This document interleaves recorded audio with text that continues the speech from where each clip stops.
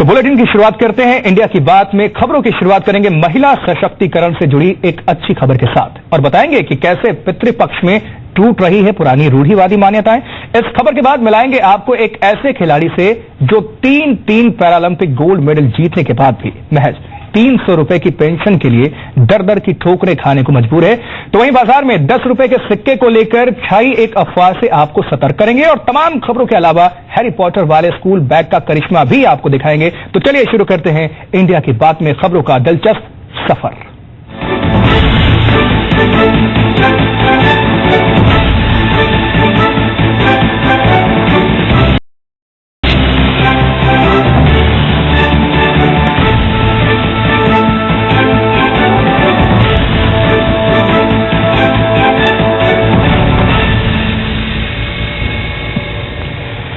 तो महिलाएं हर क्षेत्र में पुरुषों का साथ दे रही हैं। सामाजिक बदलाव की ऐसी ही बयार देखने को मिली है संगम नगरी इलाहाबाद में, जहां स्त्रियों के लिए वर्जित माने जाने वाले श्राद्ध कर्म में भी महिलाएं पुरुषों के साथ हिस्सा ले रही हैं। रिपोर्ट देखिए।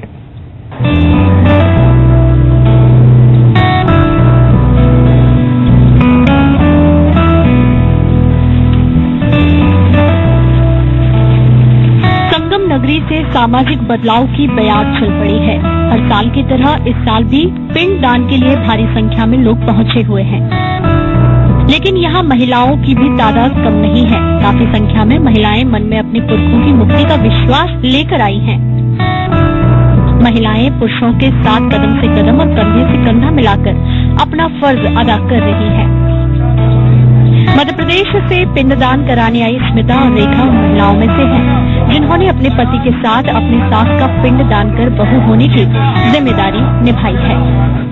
अपना अपना धर्म है जी, तो पुरुष ले भी लेते धर्म, महिला भी लेती है। आज से 10 दिन पहले मैं आज की पुरुषों के बीच में जो हम लोग का फर्ज होता है, उनके ऊपर जो हम लोग का फर्ज होता है वो हम लोग। सिर्फ स्मिता और रेखा ही नहीं, देश के अलग अलग राज्यों से आई सैकड़ों महिलाएं बदलाव की इस बयार का हिस्सा बन रही हैं। सामाजिक बदलाव की इस तस्वीर की गवाह बन रही हैं।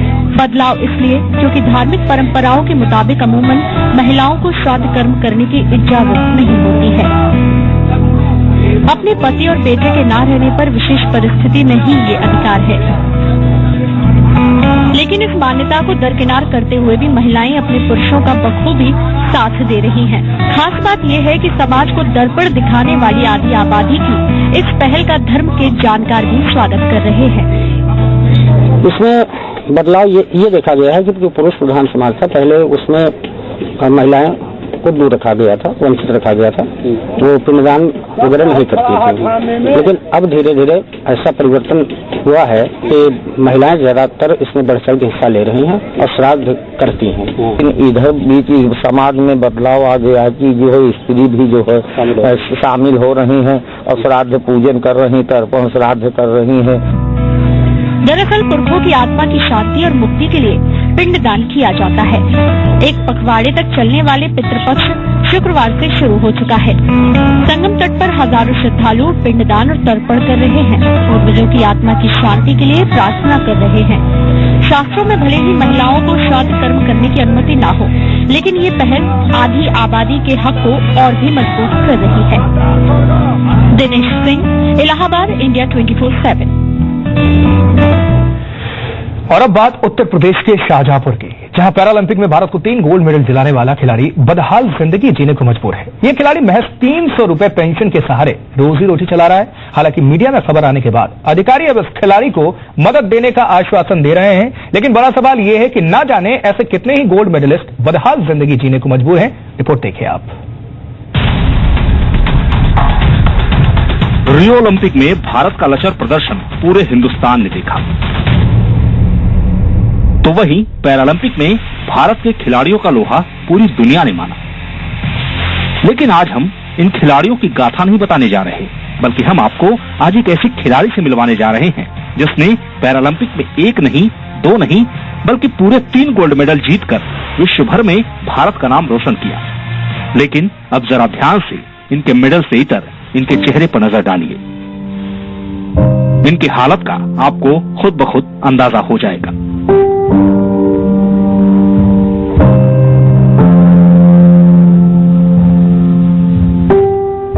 राज्य सरकार जो है मात्र 300 रुपए प्रतिमाह पेंशन। तो आप ये कह सकते हैं कि 3 गोल्ड के बदले आपको 300 रुपए प्रति माह की पेंशन मिलती है, अगर हम बोलें तो इसको। जी जी जी, बिल्कुल आप सही बोल रहे हैं। अपने गले में 3-3 गोल्ड मेडल डालकर अपनी दुख भरी कहानी बयान कर रहे इस शख्स का नाम है कौशलेंद्र सिंह। एक वक्त था जब इस अंतर्राष्ट्रीय खिलाड़ी ने पैरा ओलंपिक खेलों में 3 स्वर्ण पदक हासिल करके देश का नाम रोशन किया था, लेकिन आज महज 300 रुपए पेंशन के सहारे अपनी जिंदगी काटने को मजबूर है। कौशलेंद्र सिंह के बेहतरीन प्रदर्शन के चलते 1981 में जापान में हुए अंतर्राष्ट्रीय पैरा ओलंपिक के आयोजन में इन्हें जापान के टोक्यो जाने का मौका मिला। वहां कौशलेंद्र ने व्हील चेयर रेस की 1500 मीटर और 100 मीटर की रेस समेत 3 प्रतियोगिताओं में 3 गोल्ड मेडल जीतकर इतिहास रच दिया। इनकी कामयाबी का सिलसिला यही नहीं रुका। 1982 में हांगकांग में हुए पैसिफिक खेलों में इस खिलाड़ी ने 1 सिल्वर और 1 ब्रॉन्ज मेडल हासिल किया। मुझे ये कहेंगे, हमने कई बार प्रयास भी किया कि जो खिलाड़ियों को दी जाने वाली पेंशन है 10 से 20 हजार रुपए राज्य सरकार भी देती है, केंद्र सरकार भी अपने खिलाड़ियों को देती है, तो उस पर मेरी कोई कार्रवाई नहीं हुई। हम कितने सालों से इसको लेके लगे हुए हैं? कितने सालों से? मैं लगभग 20 वर्षों से पीछे लगा हुआ। दरअसल थाना जलालाबाद के प्रताप नगर में रहने वाले कौशलेंद्र 14 साल की उम्र में जामुन के पेड़ से गिर गए थे, जिससे उनकी रीढ़ की हड्डी टूट गई और उनके कमर के नीचे का हिस्सा पैरालाइज हो गया।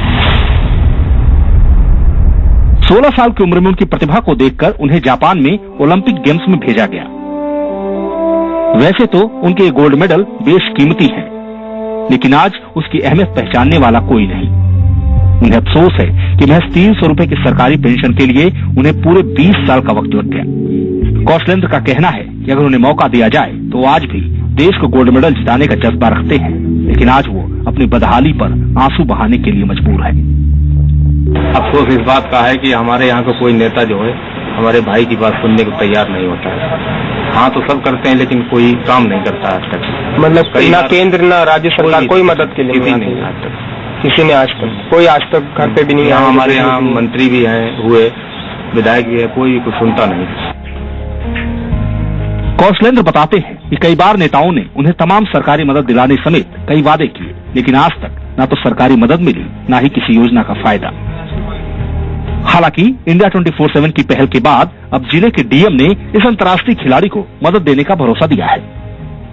मैं किसी दिन समय निकाल करके जलालाबाद से जाऊंगा और इनसे मिलूंगा और इनकी समस्याओं को समझूंगा और समस्याओं का निराकरण जितना संभव होगा अपने स्तर से कराऊंगा। रियो ओलंपिक में जीत हासिल करने वाले और देश का नाम रोशन करने वाले खिलाड़ियों को सरकारें करोड़ों रुपए देने की घोषणा कर चुकी है, लेकिन भारत को 3-3 गोल्ड मेडल देने वाला एक खिलाड़ी मुफलिसी की जिंदगी जीने को मजबूर है।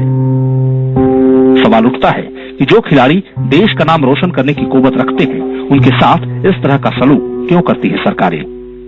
क्या इस रवैये से देश में खेलों का स्तर ऊपर उठ पाएगा? शिव कुमार, इंडिया 24/7, शाहजहांपुर। तो वाकई देश में अगर खेलों को बढ़ावा देना है तो इसको गंभीरता से लेना ही पड़ेगा।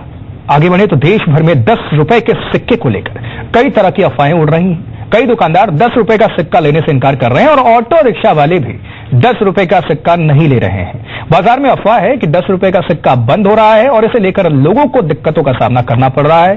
देखिए ये दिल्ली से ये रिपोर्ट।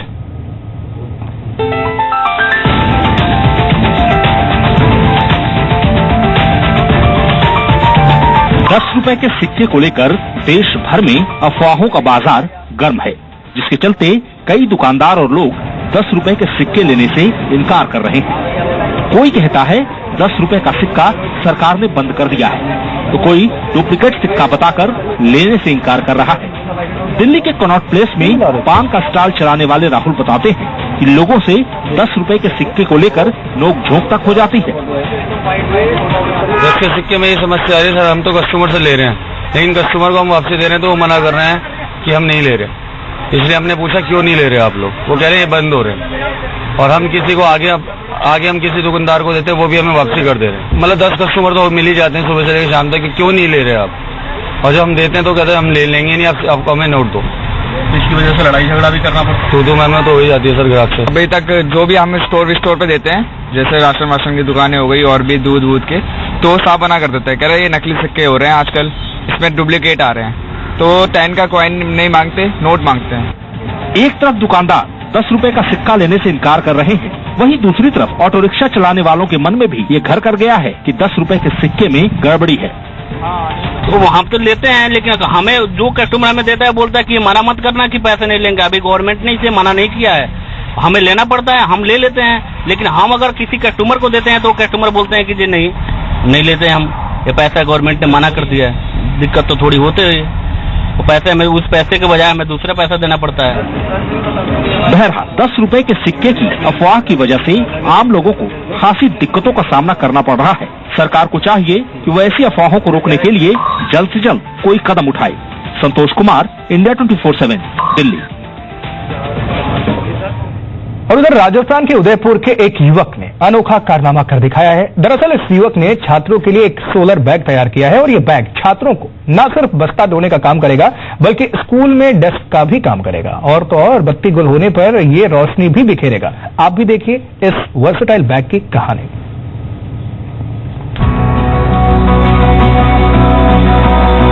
आपने यूं तो स्कूल बैग कई तरह के देखे होंगे, छोटे बैग, बड़े बैग और न जाने किस किस तरह के बैग। लेकिन जरा सोचिए, अगर आपका स्कूल बैग टेबल बन जाए, बिजली गुल होने पर रोशनी बिखेरे तो आप क्या कहेंगे?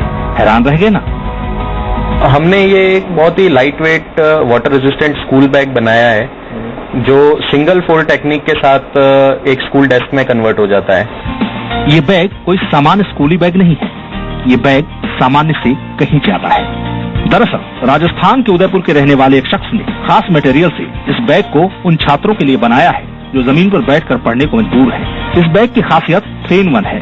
इनमें बच्चों की किताब कॉपी तो सुरक्षित रहती ही है, स्कूल पहुंचने के बाद ये बैग छात्रों के लिए डेस्क का काम करता है और रात में बैग में लगे सोलर पैनल से उन्हें इतनी रोशनी मिल जाती है कि वो पढ़ाई भी कर सकते हैं। जो सोलर एलईडी लाइट देने का प्रावधान देने का रीजन है वो ये है कि जब बच्चे घर जाते हैं तो ज्यादातर गांव में रात को बिजली नहीं होती है, तो या तो कैंडल लाइट में पढ़ते हैं या फिर केरोसिन के दिए जला के पढ़ते हैं, जो एक्चुअल में जिनकी फ्यूम्स बहुत ज्यादा इंजरियस होती है हमारे ब्रीथिंग सिस्टम के लिए। प्लास्टिक मटेरियल से बना ये बैग बेहद हल्का और रिसाइक्लेबल है। सिंगल फोल्डेड इस बैग को वैज्ञानिक तरीके से बनाया गया है ताकि छात्र सही एंगल पर बैठकर लिख पढ़ सके। साथ ही इस बैग का डिजाइन इसे बेहद आकर्षित और पोर्टेबल बनाता है। हमने ये एक बहुत ही light weight water resistant school bag बनाया है जो सिंगल फोल्ड टेक्निक के साथ एक स्कूल डेस्क में कन्वर्ट हो जाता है, प्लस ये सोलर एलईडी लाइट से पावर्ड है। इस बैग का इस्तेमाल करने वाले छात्र और उनके अभिभावक भी इसकी तारीफ कर रहे हैं। ये बैग काफी फायदेमंद है। इस बैग से हम यूं भी है कि इस बैग से हम अगर स्कूल में पढ़ने जा रहे हैं और उस टाइम लाइटें चली गई तो उस बैग के उपयोग में ले सकते हैं, किसी भी जगह पे यूज कर सकते हैं, टेबल बना के उसका इस्तेमाल कर सकते हैं। तो इसे पूरे राजस्थान में सभी को वितरित करने चाहिए, सभी हर छात्र के पास ये बैग होने चाहिए, बहुत अच्छी चीज है। बच्चे उस सोलर लैंप की पढ़ाई में टेबल पर बैठकर पढ़ाई कर सकेंगे। आज सरकारी स्कूलों की हालत है कि बच्चों को टाट पट्टी पर बैठकर पढ़ना पड़ता है। बैग के बनने से इस बैग को सरकार को चाहिए कि इस बैग को हमारे सरकारी स्कूल के विद्यार्थियों को निःशुल्क वितरण करें। एक बैग की उम्र 1 साल की है। इसको बनाने वाले मनीष माथुर देश के सरकारी स्कूलों में पढ़ने वाले बच्चों को इसे मुफ्त देने की कोशिश में जुटे हैं। इस सराहनीय काम के लिए उन्हें बड़ी कंपनियों और एनजीओ से मदद भी मिल रही है। एक बैग की लागत करीब 1000 रुपए की है और अब तक पिछले 1.5 साल में 5000 से ज्यादा बैग बांटे जा चुके हैं। वाकई इस बैग को अपने कंधों पर गर्व से डालने के बाद बच्चे यही कहते होंगे कि सूरज सा चमके, हम स्कूल चले हैं। कपिल श्रीमाली, इंडिया 24/7, उदयपुर। और यहाँ वक्त एक छोटे से ब्रेक का है, लौटेंगे फौरन। आप बने रहिए हमारे साथ, देखते रहिए इंडिया।